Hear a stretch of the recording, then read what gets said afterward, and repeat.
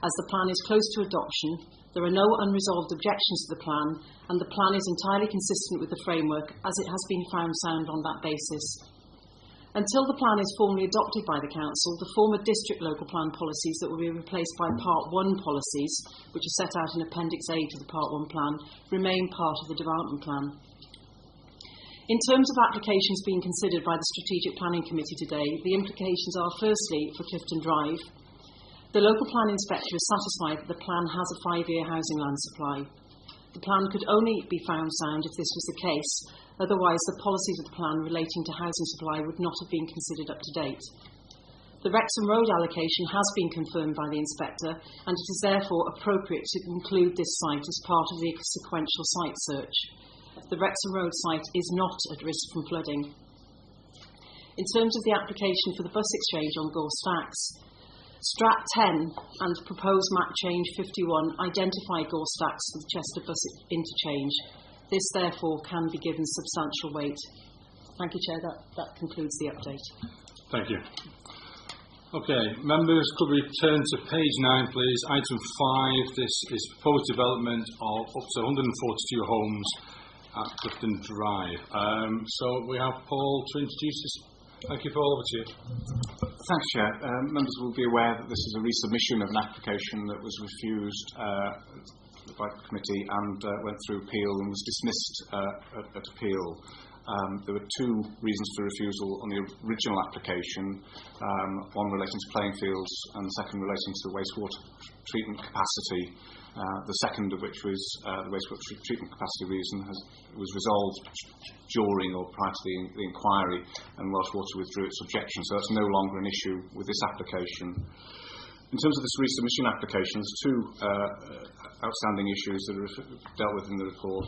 One being the policy on the protection of playing fields, Sport England still maintaining their objection to the loss of the playing fields, and not considering the mitigation package to be sufficient to meet their needs.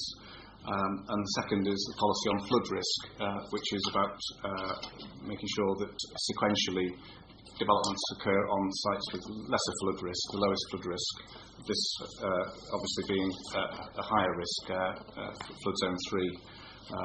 The applicant has prepared a sequential assessment, which there are some doubts on, as detailed in the report, and I draw members' attention to the late information which details the applicant's response to that and some further comments. It doesn't change the recommendation in relation to the sequential and exceptions tests, and drawing members' attention really to the exceptions test in particular, because they have to, even if it passed the sequential assessment, it would have to pass the exceptions test, and the advice is that it doesn't do that. The benefits don't outweigh the harm. Also, draw attention. Just refer to a late, not late. Sorry, that's not right. Just an additional comment from representations from local residents of Kingsway. Actually, that there are more sites available. The Kingsway campus is a long way, 3 miles from Blake and site. The impact on the health and safety issues of people making the journey there. I'm summarising this very briefly, and that the university had promised local community use of the Kingsway site, which has not materialised, and there's clearly a need for the university pitches at the Kingsway site. So, one other matter just to draw attention to, on page 34, paragraph 7.3, the recommendation stands with the 2 reasons for refusal, but when you read 7.3 it might infer that there's a third reason, which is the informative, but that is just an informative which relates to the planning obligations. It's just to clarify what the recommendation is for members. Thank you. Thank you. Okay, could we have Mr. Paul Graham, please?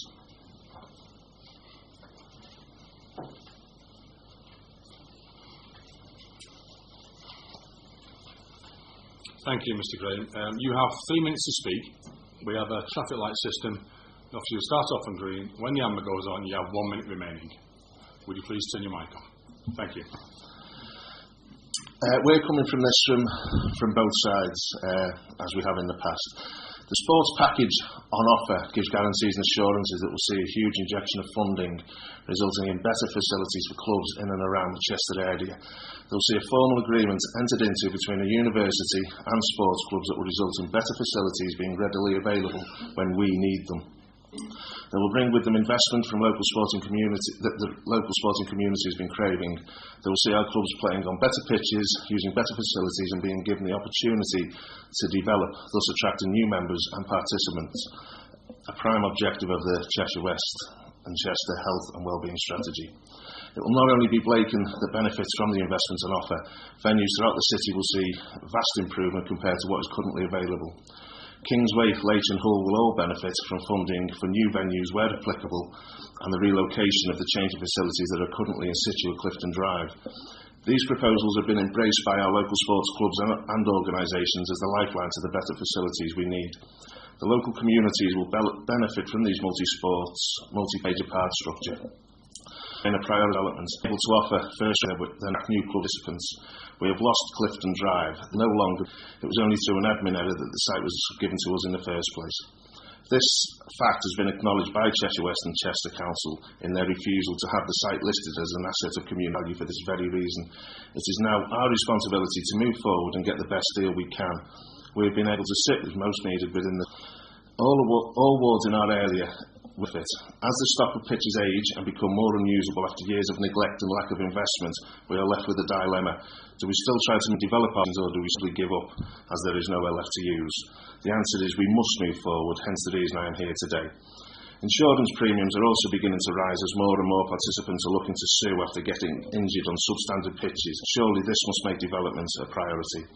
In 2012-13, the CDFL were forced to play a third of our season's fixtures in the month of April, a massive total of 197 games in a 4-week period, as so many games have been postponed because of waterlogged pitches. The pressure of such a schedule resulted in the loss of 3 clubs during this period. They simply could not cope with having to play 5 games in a week.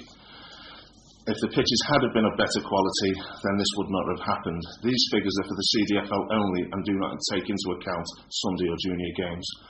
We would like to think that this approach, multi-organisation approach, could be used as a model for other towns and cities where the burden of funding is taken off the local authorities with the injection of private money. Local leagues like the CDFL, the Sunday League, the Junior League would then take more of an active role in deciding our own fates rather than waiting for money from local authorities. Thank you, Mr. Graham. Thank you very much. Thank you. Mr. Griffiths, please.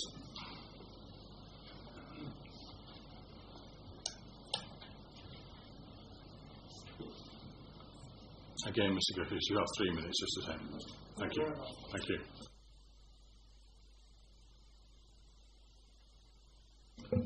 Thank you. Sport England have to object to this application because they simply have to look at national policy. They have to ignore any local factors that might support this application. You, however, are able to look at the whole of the application, including the local circumstances and the local factors that may weigh in favour of this proposal. Here you have a site which is suited to housing in all respects. It works in terms of highways, flooding, the ecology, landscape and so on. All of that is actually set out in the officer's report. It is in a sustainable location, it is near local facilities, local schools and so on. And your own officers recommended that this application be approved last summer. So the site hasn't changed, its locality hasn't changed. The only real issue here is the loss of sports fields. There are real local circumstances here which should mean that you should look at this in the round. The site is a private facility and all of the parties, except for Sport England, seem to accept this fact. There are local facilities within the Blacon ward, however these are of a very poor standard and are not playable by the local leagues. You have heard that already from Mr. Graham. The application brings forward substantial benefits, which are set out within the various letters that I've sent over to you, that I won't rehearse. But here is a real step change to improve sports facilities, usable sports facilities, locally and for the city as a whole. And you have also seen a letter from the university which shows that they are fully au fait and they are fully supportive of the application proposals and the Section 106 agreement mitigation offer. So there is a balance for you today, and that is to weigh up national policy versus the real local circumstances that I think clearly show that you should support this application. There were references to the inspector's report. I haven't seen the inspector's report, so I only just heard about it now, so I assume it arrived sometime this morning. But I don't think that... Oh, sorry, shall I stop? I'm afraid so, Mr. President. Okay. Thank you. Thank you. Thank you.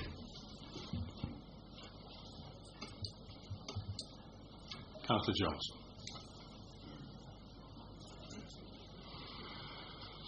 Thank you, Councillor Jones. Obviously, I don't need to tell you, you have 5 minutes. Thank you, Chair. These pitches have been used for community use for over 40 years. You refused this application the first time round for very good reasons, and those reasons are still valid today. Indeed, your position is stronger given the main modifications expressed by the local planning inspector earlier in the summer and now confirmed.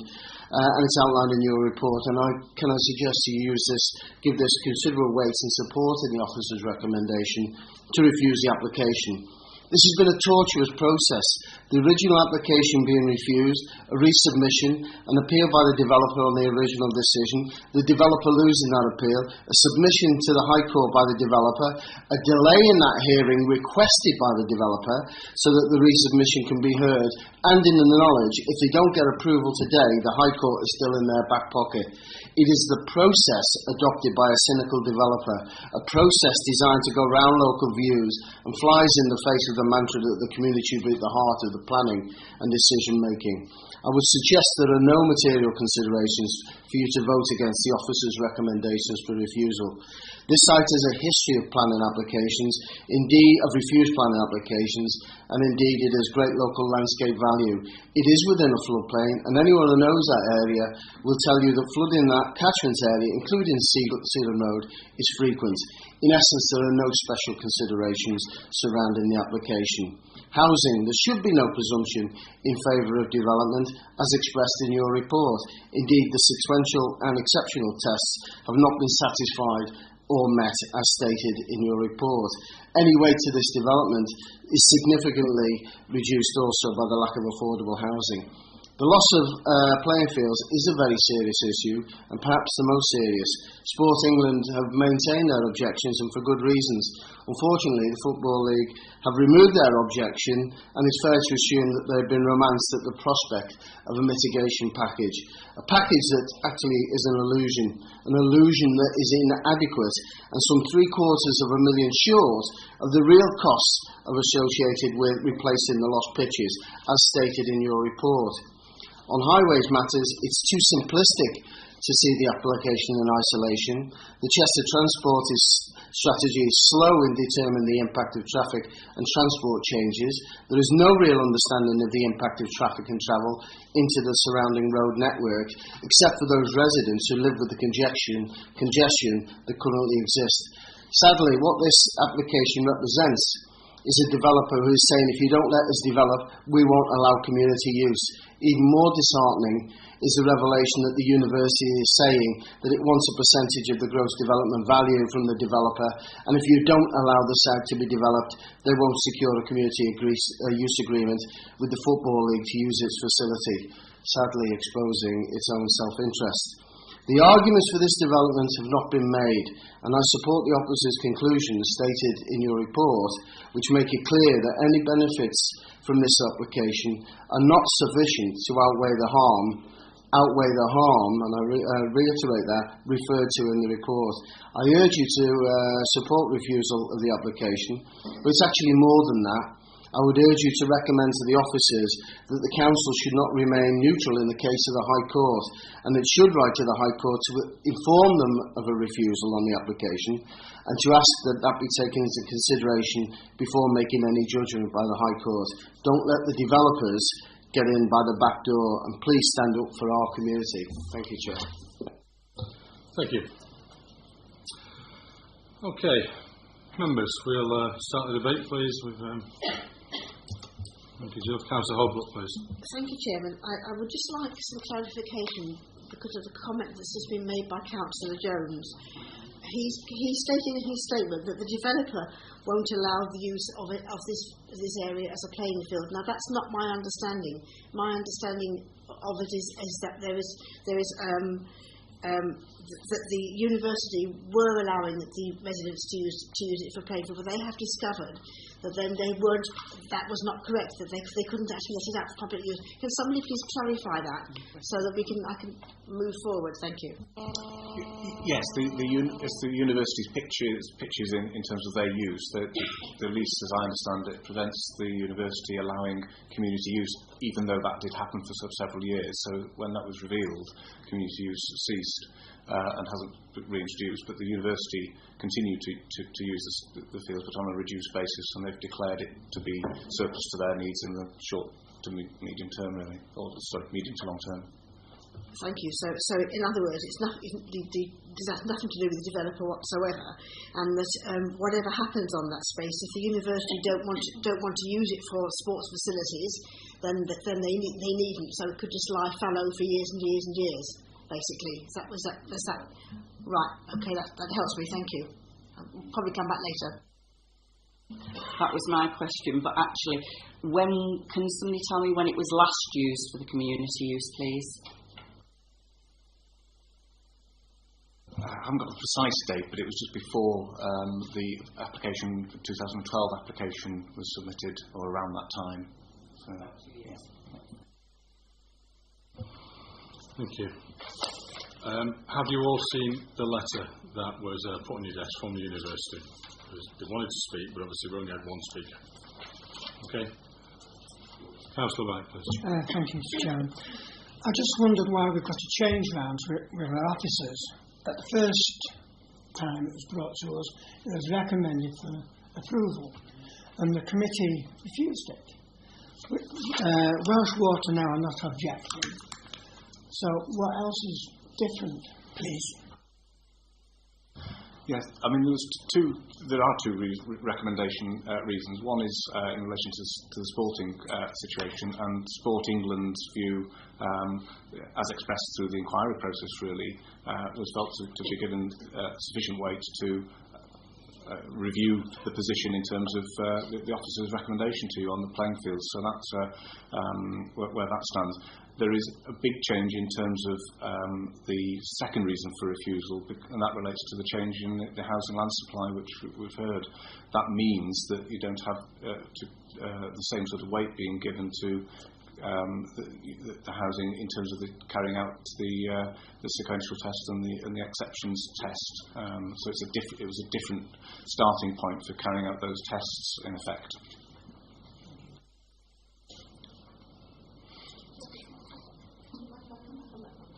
Yeah, I've got some other speakers here. Carry on. Okay, it's the same point, is that okay? Yes, go on. Thank you.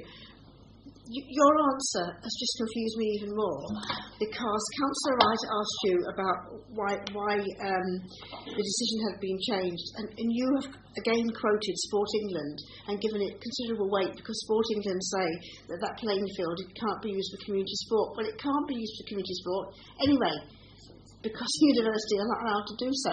So I can't understand how you can give it so much weight. It's not just the community use, it's the physical presence of the playing fields, that whether they're the sporting policy, national policy, local policy applies to playing fields whether they're private or public, and the protection that's given to them is across the board. Even if they can't be used, which just seems a little bit bizarre to me. The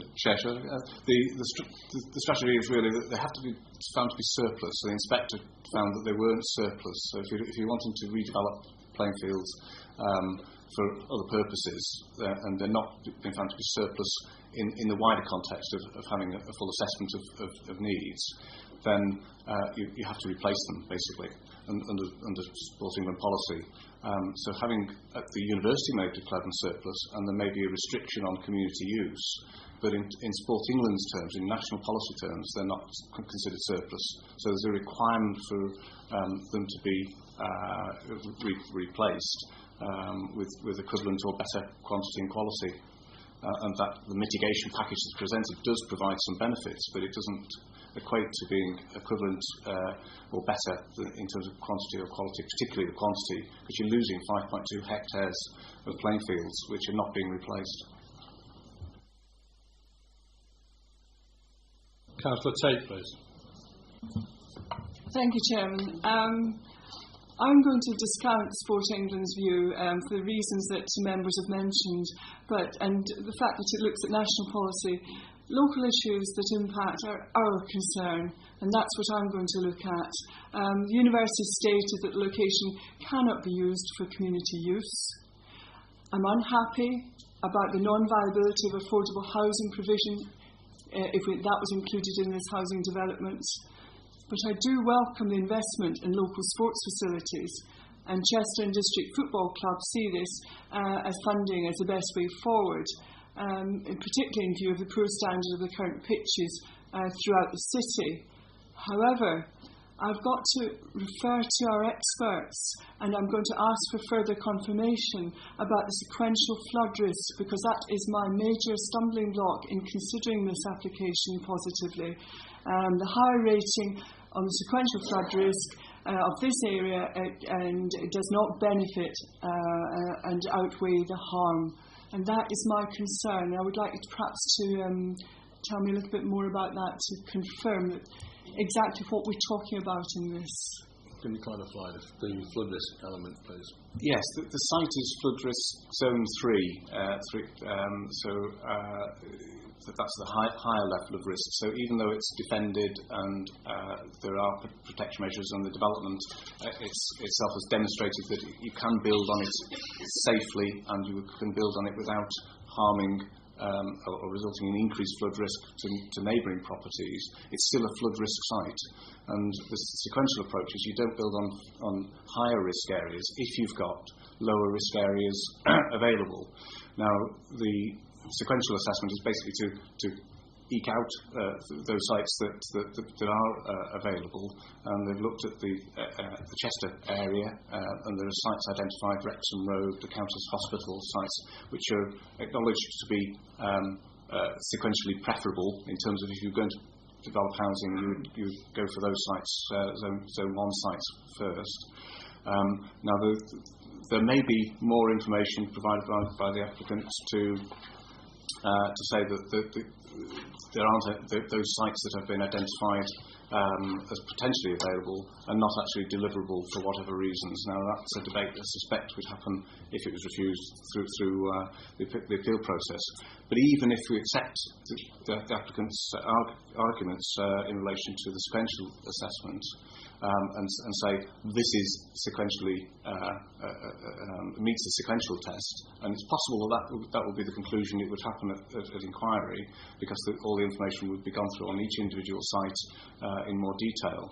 If you got to that point, you've still got to look at the exceptions test, and that's basically looking at the benefits of the scheme, which the inspector looked at on the original application, went through those in some detail, and there are very similar benefits that have been presented now, except the benefit of the housing land supply has dropped, so there's less benefit in some ways than at the time the inspector looked at it. does that outweigh the harm of developing in an area where you would not normally want to see developments that would be classed as inappropriate development? Thank you. That was a very extensive reply, and I do understand it a lot better, I've got to say. So the difference between now and then, and I think this is what Councillor Wright was asking, is that the housing supply has now changed. So although you approved it before, had the housing supply been as it is now, that may have affected your decision originally, but that is why you're now not applying approval. All right, thank you very much. Councillor Clark, please. Thank you, Mr. Chairman. Just a point of clarification on 644 on page 22. It's about the pitches. It says here the applicant refers to a pool of 6 newly available grass pitches for use by the public.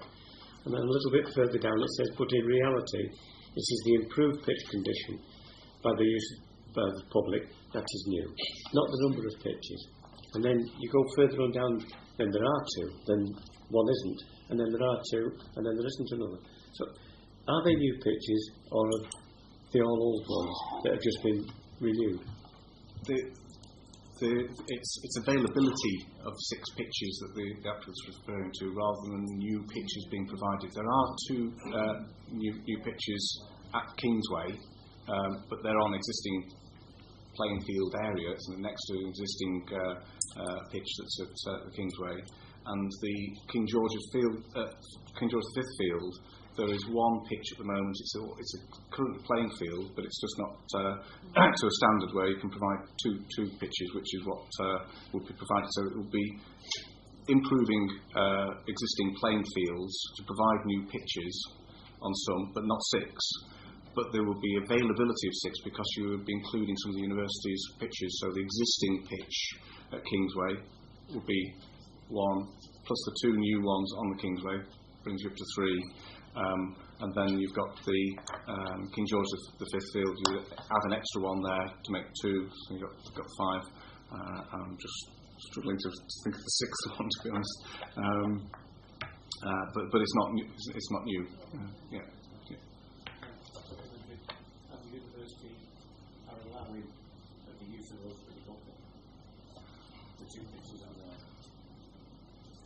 Sorry, could you repeat that? Are we public use on their 2 playing pitches? Currently, or in the future, part of this? As part of this, there will be a community use agreement to allow some access, and it varies depending on where you are. So the main campus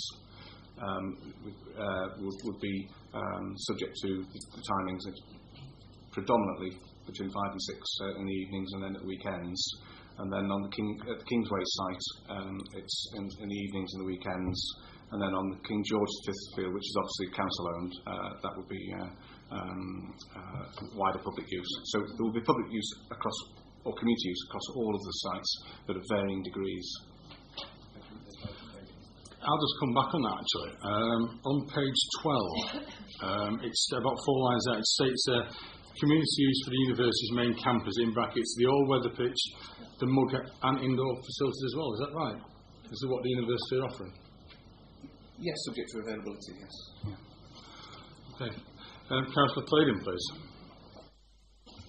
Thanks, Chair. I mean, I'm concerned about the sports pitches.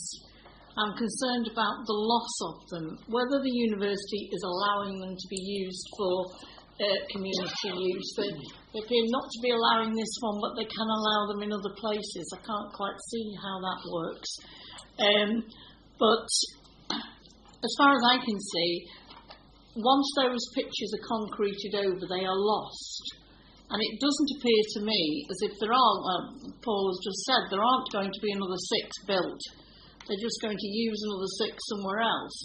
And that, to me, that there is going to be a loss of the playing pitches, and that does concern me quite a lot. But I'm also actually convinced by the sequential test. I mean, it's called Sealand Road for a reason, because it's a marsh. It always has been a marsh along there.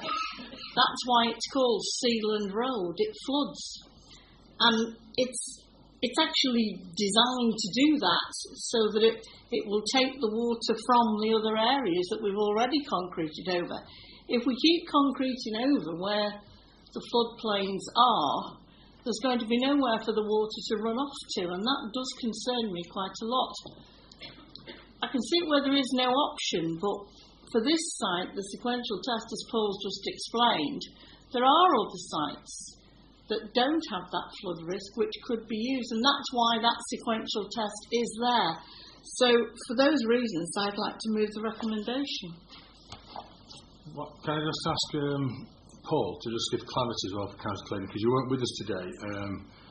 On the treatment centre for Welsh Water you mentioned 2016, just give Councillor Clayton, because do you know about this? Oh, sorry, I wasn't sure you were right. Okay. Councillor Mackay, please. Thank you, Chair. Yeah, just like clarification, if you would, on this one, Paul. The all-weather fitch, because although it didn't say here, you said subject to availability. Do we know the availability that we're being given for the university on that?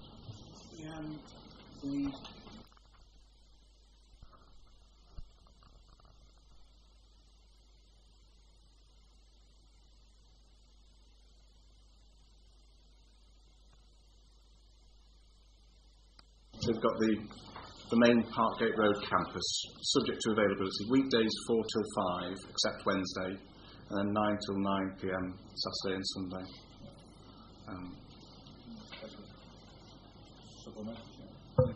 Yeah, I'm keen to encourage sport, particularly in Blacon and Chester, as everyone will know from an application that appeared here some time ago. When we were looking for a sporting facility in Chester. It was a big one, but we didn't achieve it. I would listen to someone like Chester and District Football League. They actually deal with the young people and the people of Chester and Blacon in terms of representing them for football and activities. And they seem to be quite clear. They've removed their objection to this. And I'd like to propose that this is accepted.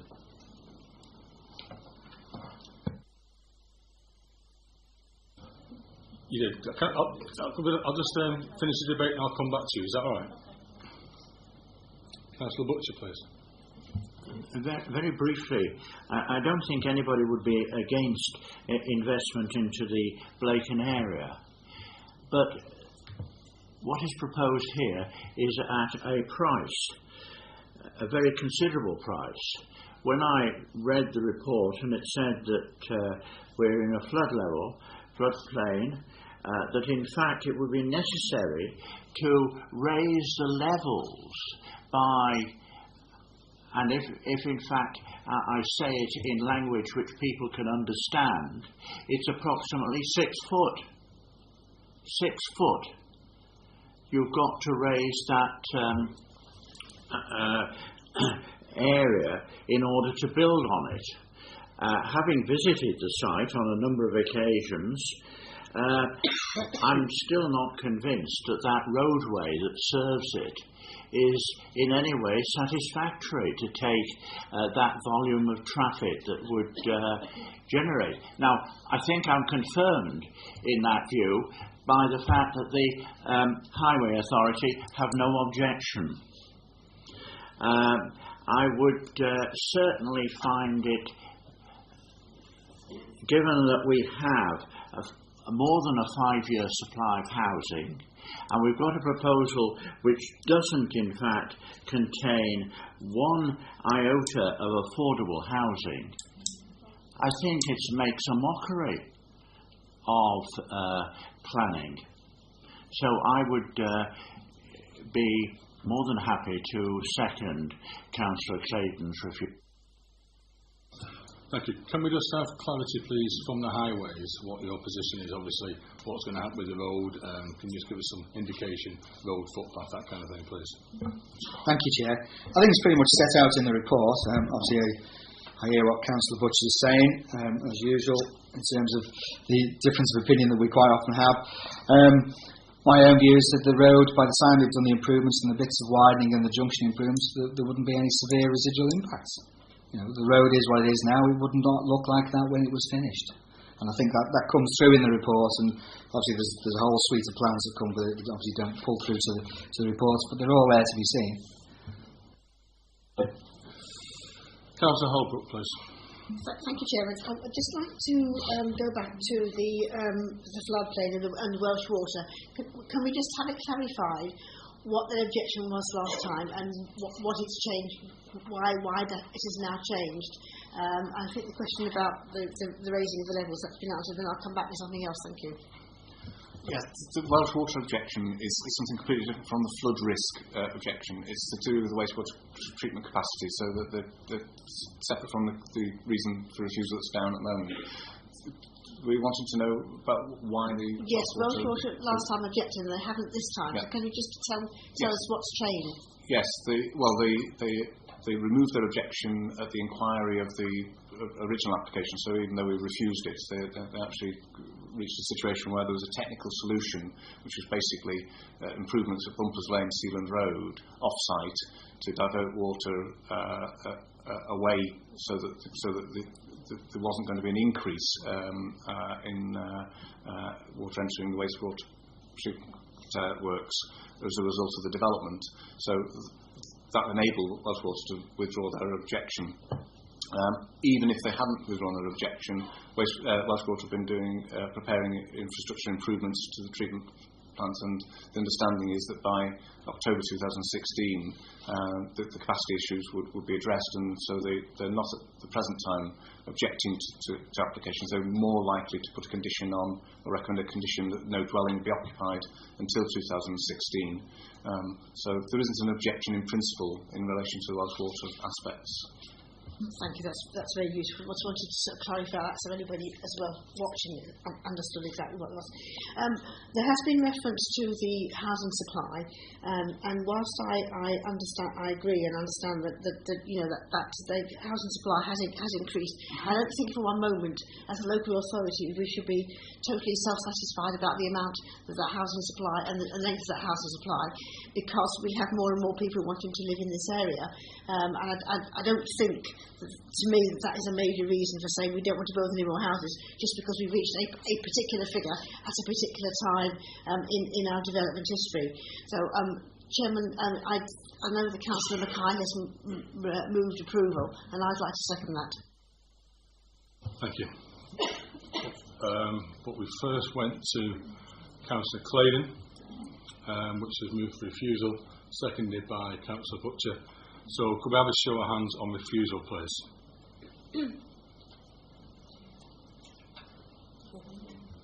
And against, please.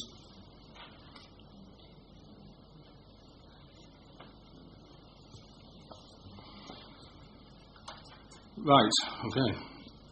Can we move to Councillor Mackay's proposal, please? And we need some clarification. Oh, I beg your pardon. Sorry, it was 5-4 against. Sorry, I thought you saw it. Beg your pardon. So, just bear with us 1 minute. We just need to get some wording here, I think.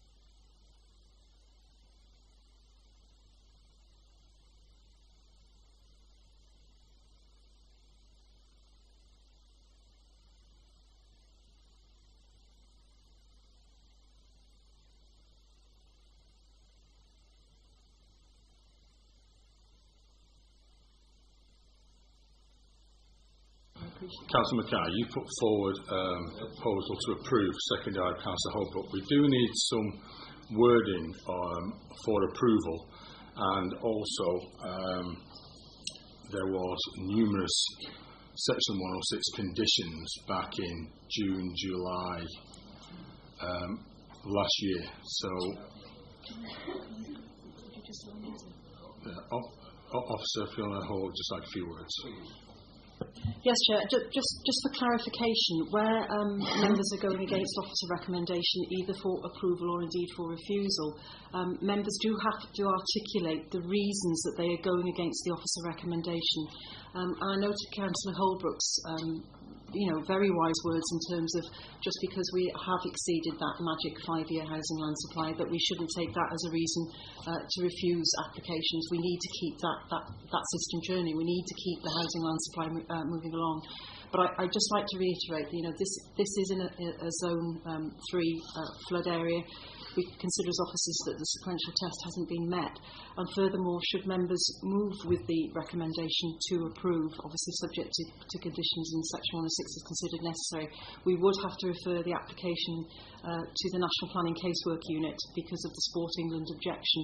So obviously there is the opportunity for that resolution to be called in. So I just wanted to clarify that situation, Chair. Thank you. Thank you. If this were to be approved now, how much affordable housing is on it? There's none. None. No. It's not in the report. So the theory is that we're going to, well, I'm not going to, but it is going to be approved that these houses be built with no affordable housing in an area like Blacon, which clearly needs a lot of affordable housing. That seems ridiculous. Councillor Mackay, can you come up with some wording this all? Thank you, Chair. I'm assuming that the affordable housing has been looked into with regards to the 106 and what funding is going to be available through this project. Right. Yes, there was a viability appraisal which established that it couldn't fund any affordable housing as it stood. There was always the intention through a 106, which obviously hasn't been completed at this stage, that the viability appraisal will be rerun at reserve matter stage, and if there was scope then there may be some provision either on-site or through an off-site contribution towards some affordable housing. But as it stands, there is no affordable housing as part of the proposal. Thank you, Chair. Then I would recommend that we review that in terms of what is available to do, because quite honestly, from what I can read here as regards to the facilities that are being presented to the community, they are far greater than they are at the moment.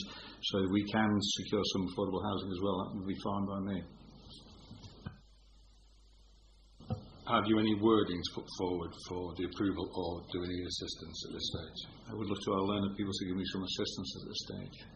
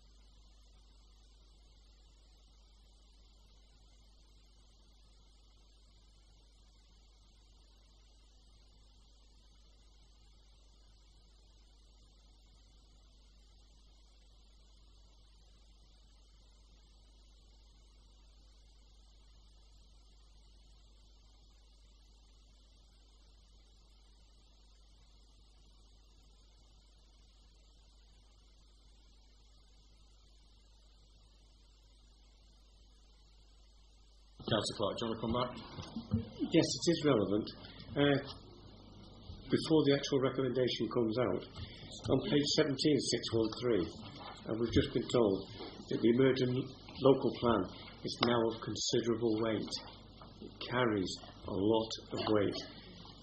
And if this goes ahead, does that mean then that we're in agreement that in spatial strategy development of housing in locations such as this, especially within the urban area of Chester, are preferable?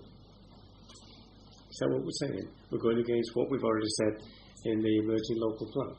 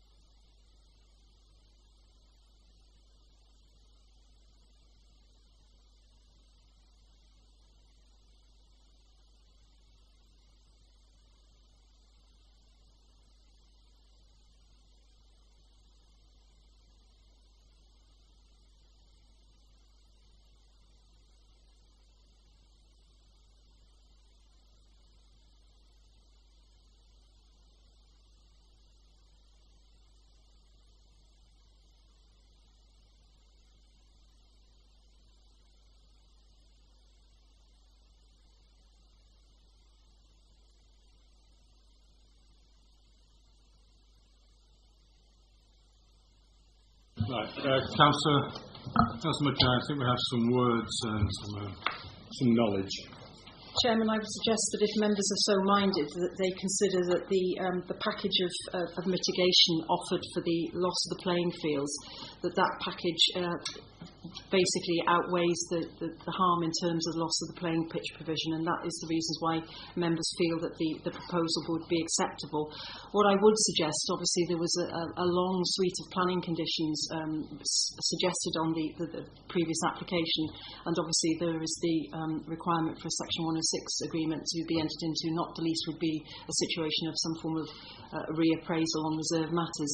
Therefore, obviously members would wish to move to the vote this evening. I can see that, but I would suggest that you delegate responsibility to myself then to set up the set of planning conditions that would be appropriate, and indeed the heads of terms of Section 106, and that we come back to the next meeting of the Strategic Planning Committee to ratify that suite of conditions and the proposals in the 106.